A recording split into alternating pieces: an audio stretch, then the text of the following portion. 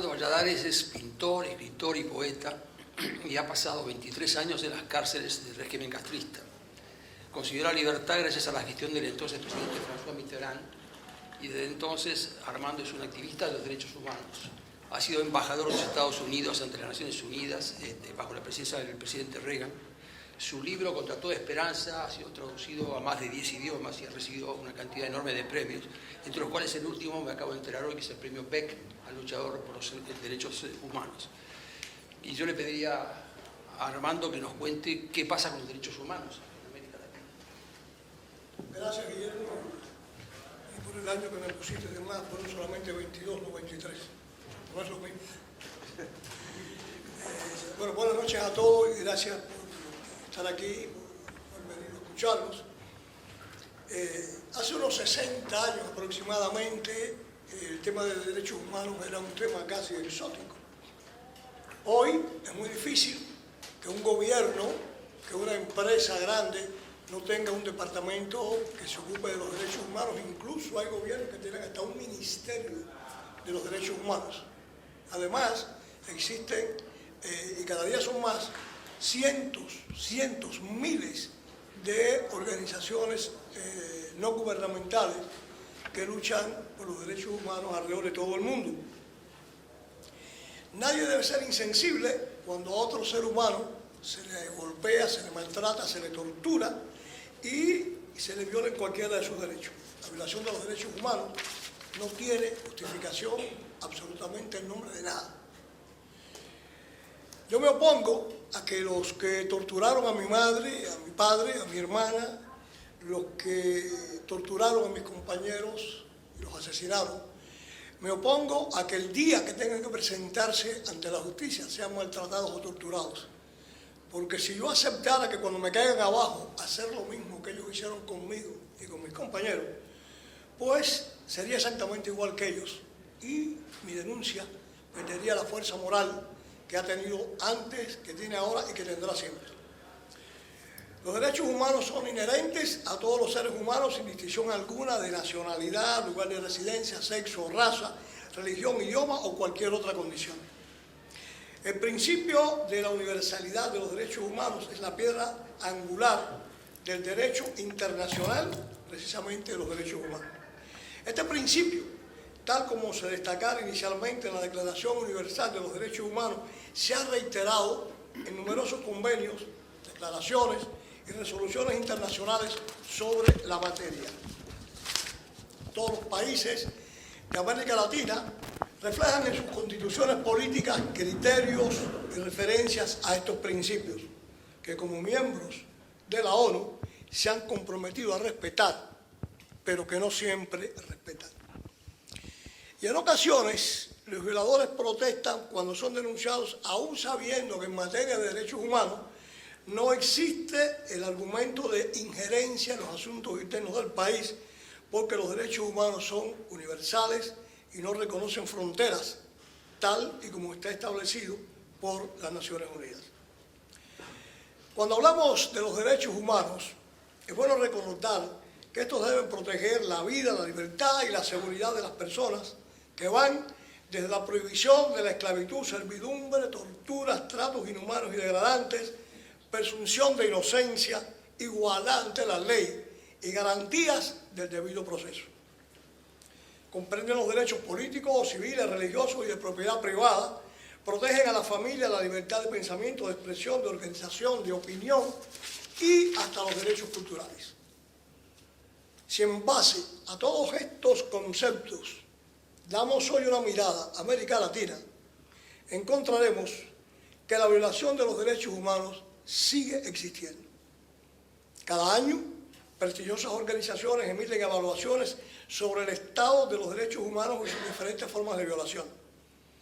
Luego de la brillante presentación del presidente Osvaldo Hurtado sobre las dictaduras del socialismo del siglo XXI, el elemento que podemos tomar para analizar la situación de los derechos humanos en los países de nuestra región es el estado de la democracia, el ejercicio o la ausencia de ella. En ese sentido, hay dos Américas: la democrática, conformada por los países con democracia, donde se cumplen los elementos esenciales de la misma, que no por casualidad son expresión de los derechos humanos como la libertad, el Estado de Derecho, la división e independencia de los poderes públicos, las elecciones libres, periódicas y basadas en el voto universal y secreto, etcétera, etcétera, etcétera. La otra América, la no democrática, donde tales elementos no existen, lo que sucede ahora mismo en Cuba, Venezuela, Ecuador, Bolivia y Nicaragua. Son los países del denominado socialismo del siglo XXI. Argentina ha estado al borde de esa situación hasta hace muy poco. No es exagerado afirmar que el mundo ve en la Argentina de hoy un proceso de retorno a la libertad y a la democracia.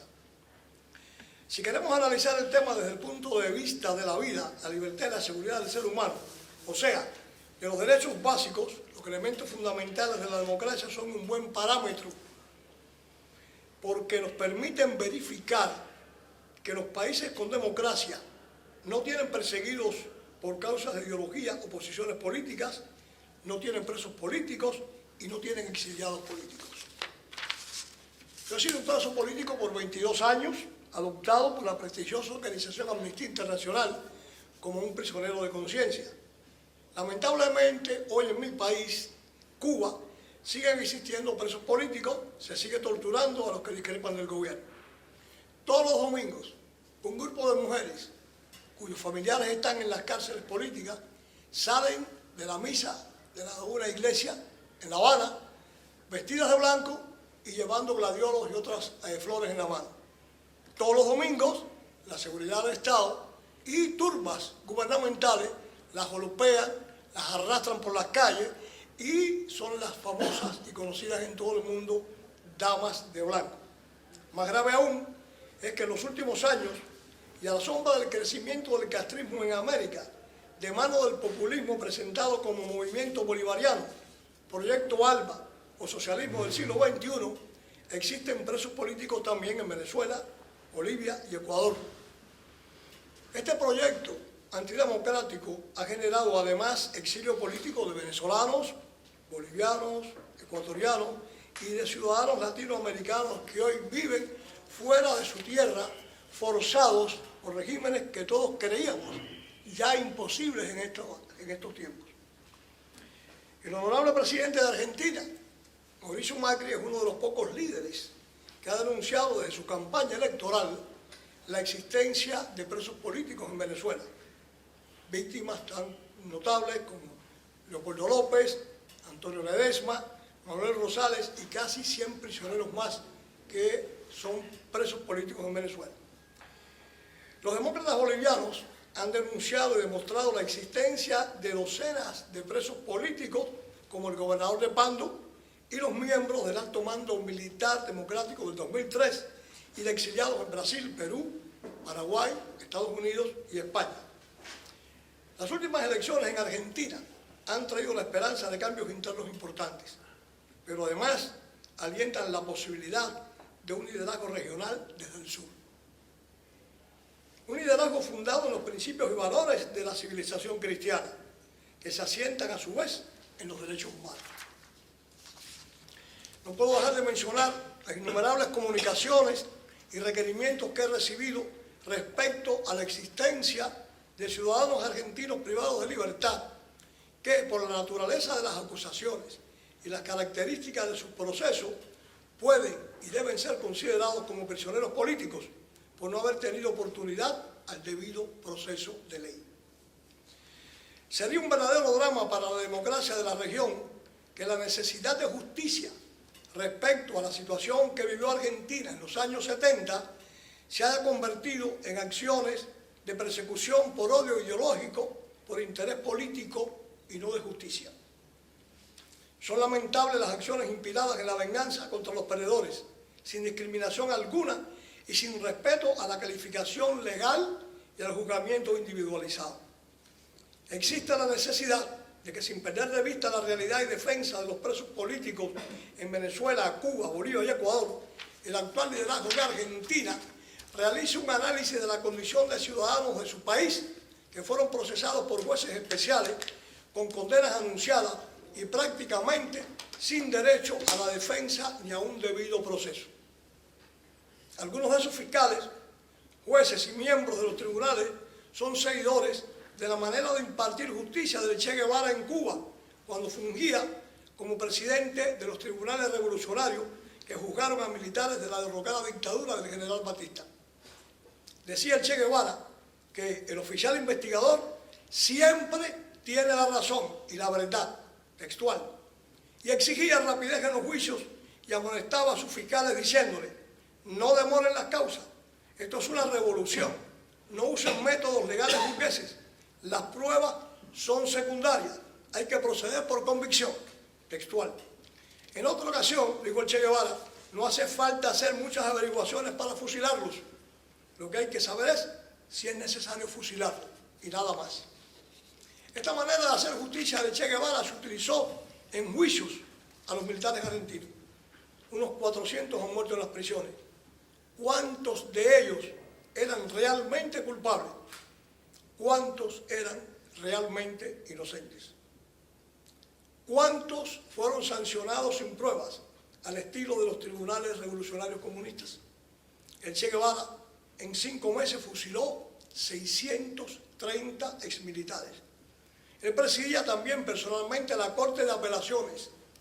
Nunca anuló una sola sentencia de muerte y se presentaron 79 apelaciones. El Che Guevara, que condenó a muerte a antiguos camaradas de lucha porque rechazaban el comunismo, dijo que era preferible fusilar a un inocente que absolver a un culpable.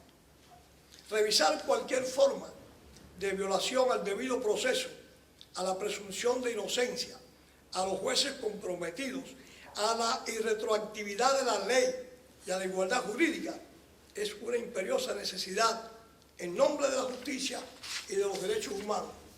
Esa será la señal de que la región será completamente democrática, pero sobre todo que habremos avanzado en el respeto a los derechos humanos. Muchas gracias.